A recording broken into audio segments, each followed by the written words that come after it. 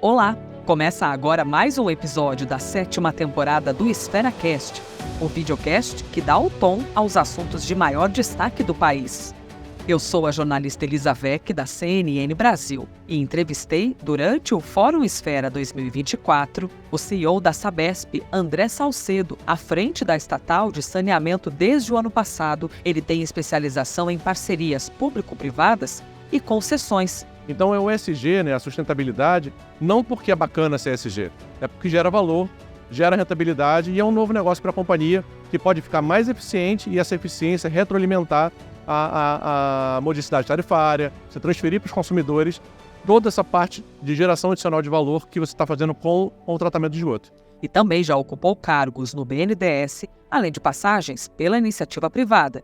Quando a gente fala de Sabesp, a gente fala de um big compromisso, um big olhar no sentido de saneamento, no sentido de uma entrega de serviço, porque são milhões de pessoas.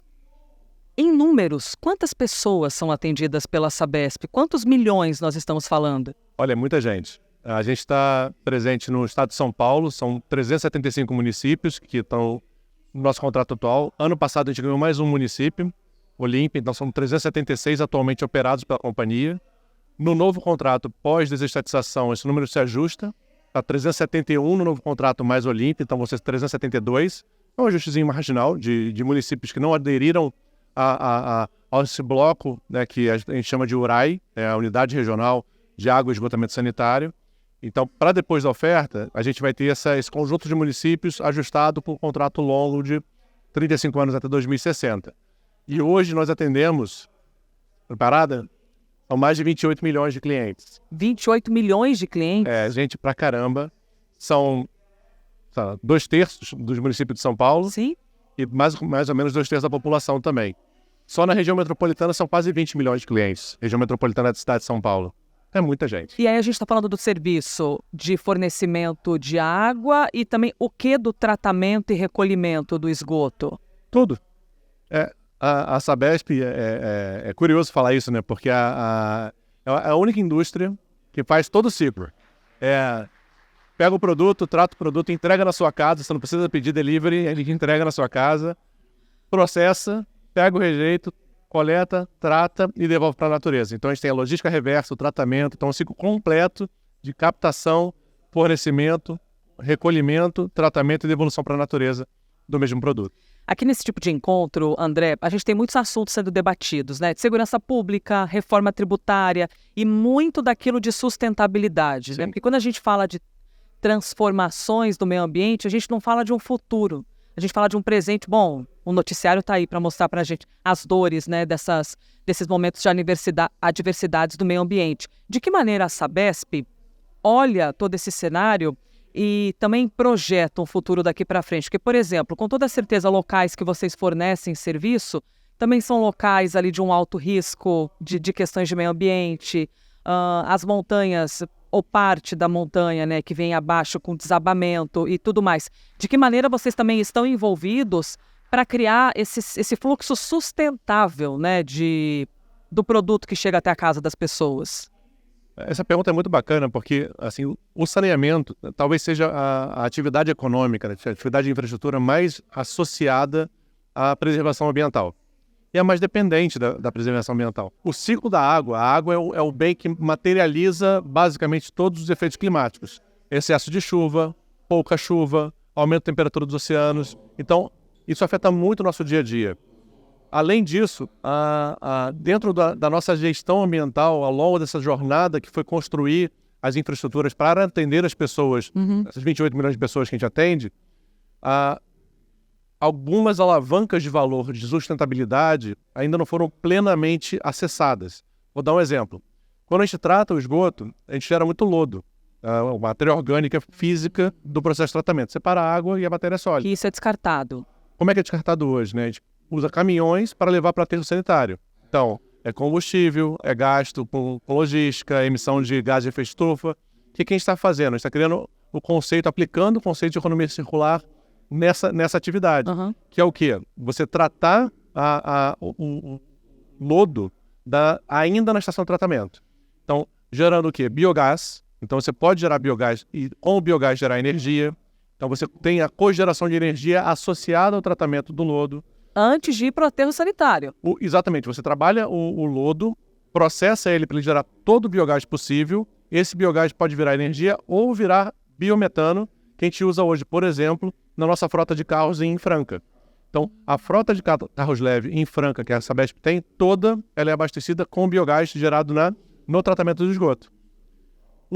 A matéria orgânica, o lodo per se, ele pode virar pelo menos 3 coisas. Se você secar ele direitinho, ele pode virar biofertilizante. Você pode usar ele para queima em caldeira, também para gerar calor e o calor gerar energia. E você pode também secar bastante ele vira substrato para construção civil.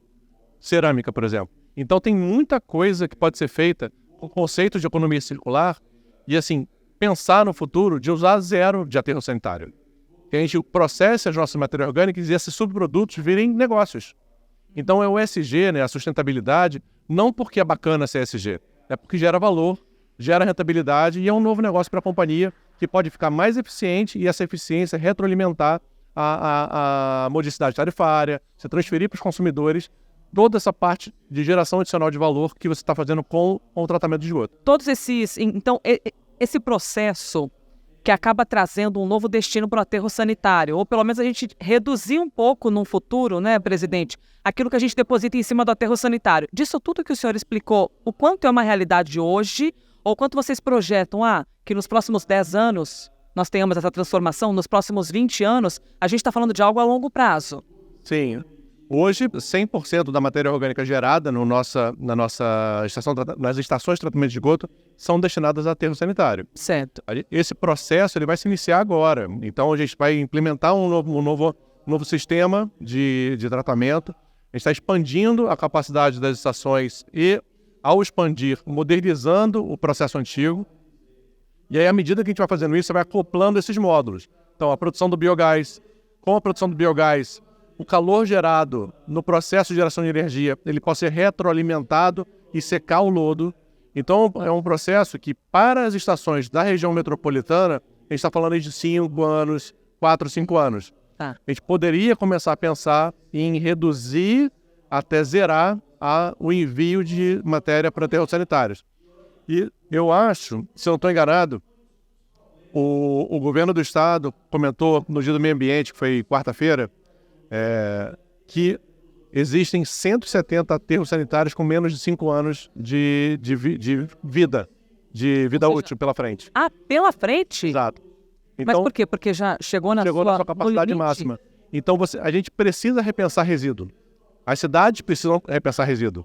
Que parte desse resíduo pode virar matéria de entrada para alguma outra coisa? Seja reciclagem, seja queima para gerar calor e energia. Então a gente está fazendo a nossa parte. Dentro do conceito de repensar resíduos, o nosso maior resíduo hoje é o lodo do esgoto. Porque a água, se bem tratada, se você conseguir, com o tratamento correto, que é o tratamento mais avançado dos efluentes do esgoto, você consegue devolver para o manancial na mesma qualidade que esse manancial tem. Seja o rio, uma lagoa, e a gente chama isso de reuso indireto. Uhum. A gente devolve a água tratada e com todas as características físicas e químicas adequadas àquele manancial. Você gera uma recarga no manancial e você pode pegar água para tratar e levar para casa das pessoas, usando esse ciclo de forma indireta. A gente joga a água tratada do processo de tratamento num ponto e coleta num outro ponto para tratar e levar para as pessoas. E para atingir essa totalidade, qual é o maior obstáculo?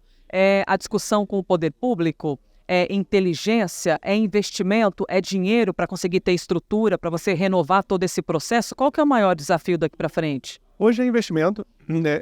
A regulação já está alinhada com isso. Então, o novo contrato de concessão da companhia já prevê esses investimentos com essas características, tanto de potencialidade de gerar novos negócios com o uso dos subprodutos do tratamento e também avançar na parte de economia circular, recarga de mananciais, reuso indireto. Isso tudo está no conceito do novo contrato. Então é muito mais um ciclo de investimento, ou seja, vivenciar esses investimentos que já estão planejados, e é por isso que eu estou comentando que são 4, 5 anos para que isso tudo se mature,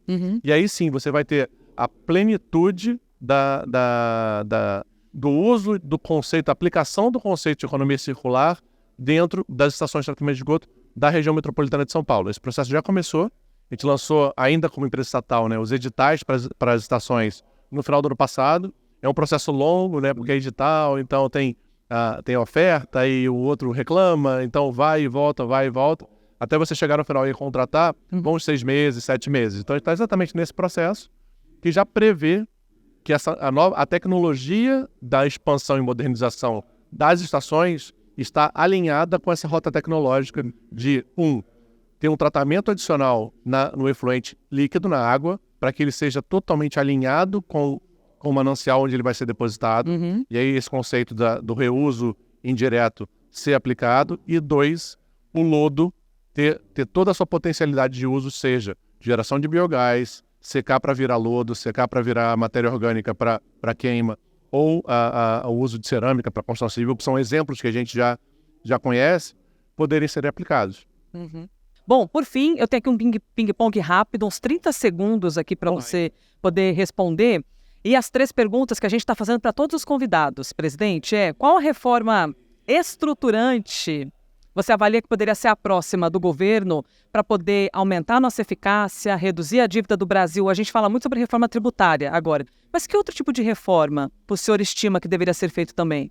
Assim, eu acho que, assim como as empresas, o Estado tem que sempre se reestruturar como máquina.